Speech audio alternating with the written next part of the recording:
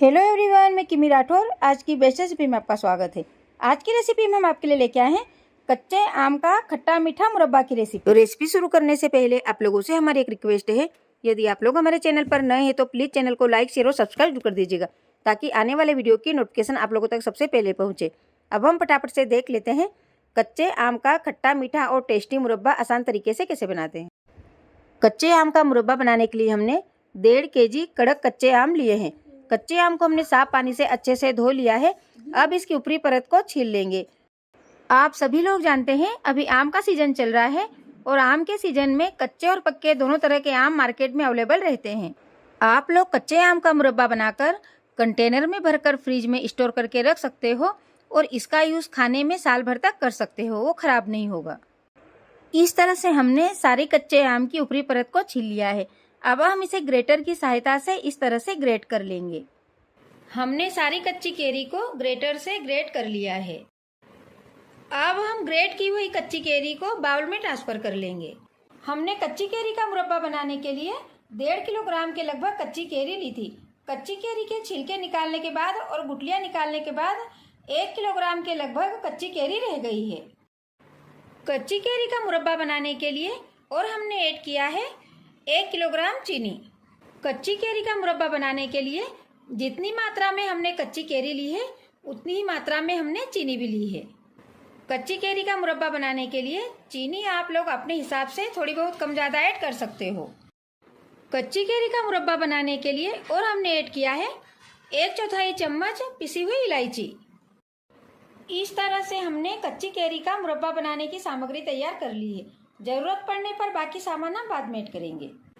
अब हम ग्रेट की हुई कच्ची केरी को कढ़ाई में डाल देंगे। अब हम इसमें चीनी मिला देंगे। कच्ची केरी और चीनी को अच्छे से मिला देंगे। चीनी और कच्चे आम को अच्छे से मिलाने के बाद फिर हम इसे गैस पर रखेंगे। हमने कच्ची केरी और चीनी को अच्छे से मिला दिया है। अब हम चलते हैं नेक्स्ट प्रोसेस की ओर। अब हम कढ़ाई को गैस पर रखेंगे।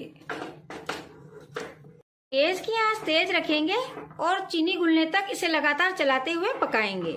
हमें तेज आंच पर कच्ची केरी को पकाते हुए 2 से 3 मिनट हो गए हैं। चीनी पूरी तरह से घुल गई है। गैस की आंच मीडियम कर देंगे और केरी को तब तक पकाएंगे जब तक चाशनी थोड़ी गाढ़ी नहीं हो जाती, और हर थोड़ी देर पर चलाते रहेंगे। हमें मीडियम आंच पर कच्ची केरी को पकाते हुए 8 से 10 मिनट हो गए हैं। चाशनी थोड़ी गाढ़ी हो गई है और केरी भी थोड़ी पक गई है। अब हम इसमें बाकी मसाले डाल देंगे। गैस की आंच बिल्कुल धीमी कर देंगे और इसमें 1/4 चम्मच काश्मीरी लाल मिर्च पाउडर डाल देंगे। काश्मीरी लाल मिर्च पाउडर तीखी नहीं होती है, इससे मुरब्बे का कलर अच्छा आएगा। 1/4 चम्मच जीरा पाउडर, 1/4 चम्मच काला नमक। इन सबको अच्छे से मिला देंगे। मुरब्बे में थोड़े मसाले ऐड कर देने से हमारे मुरब्बे का टेस्ट और बढ़ जाएगा। हमने सारे मसाले को अच्छे से मिला दिया है। अब हम इसमें पिसी हुई इलायची डाल देंगे। इलायची पाउडर को भी अच्छे से मिला देंगे।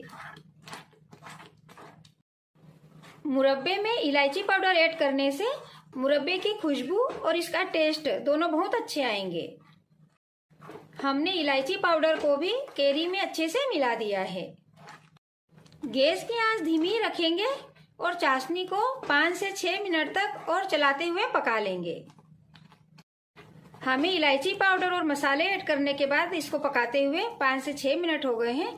चाशनी गाढ़ी हो गई है और मसाला भी अच्छे से सिक गया है और मुरब्बे की खुशबू भी अच्छे से आ रही है। हमें मुरब्बे को इतना ही गाढ़ा रहने देना है। जब ये ठंडा होगा तो और थोड़ा गाढ़ा हो जाएगा। मुरब्बा बन गया है। अब हम गैस को बंद कर देंगे। गैस बंद करने के बाद हम मुरब्बे को 2 से 3 मिनट तक और लगातार चलाते हुए पकाएंगे। कढ़ाई गरम है, यदि हम इसे ऐसा ही छोड़ देंगे तो मुरब्बा जल जाएगा और मुरब्बे का टेस्ट अच्छा नहीं आएगा। हमने कच्ची केरी के मुरब्बे में पानी बिल्कुल भी नहीं ऐड किया है, बिना पानी के ही मुरब्बा बनाया है। हमें गैस बंद करने के बाद मुरब्बे को चलाते हुए 2 से 3 मिनट हो गए हैं। मुरब्बा थोड़ा ठंडा हो गया है। अब हम इसे पूरी तरह से ठंडा होने के लिए कढ़ाई में ऐसे ही छोड़ देंगे। हमने गैस बंद करने के बाद मुरब्बा को आधे घंटे के लिए ठंडा होने के लिए कढ़ाई में छोड़ दिया था। मुरब्बा पूरी तरह से ठंडा हो गया है। अब हम इसे बाउल में ट्रांसफर कर लेंगे। मुरब्बा रखने के लिए हमने इस तरह का ढक्कन वाला कांच का बाउल लिया है। आप लोग जब भी अपने घर पर मुरब्बा बनाएं, मुरब्बा रखने के लिए इस तरह का कांच का या प्लास्टिक का कंटेनर लेना है। यदि हम तांबा, पीतल या एल्यूमिनियम के कंटेनर में रखेंगे तो मुरब्बा खराब हो जाएगा और मुरब्बे का टेस्ट अच्छा नहीं आएगा।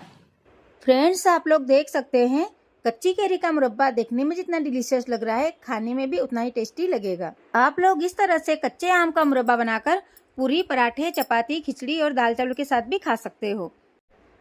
फ्रेंड्स, यदि आप लोगों को हमारी कच्चे आम का मुरब्बा बनाने की रेसिपी पसंद आए तो आप लोग हमें कमेंट्स करके जरूर बताइएगा, ताकि हम आप लोगों के लिए हर रोज नई नई रेसिपीज लाते रहें। कल फिर मिलेंगे एक नई रेसिपी के साथ। धन्यवाद।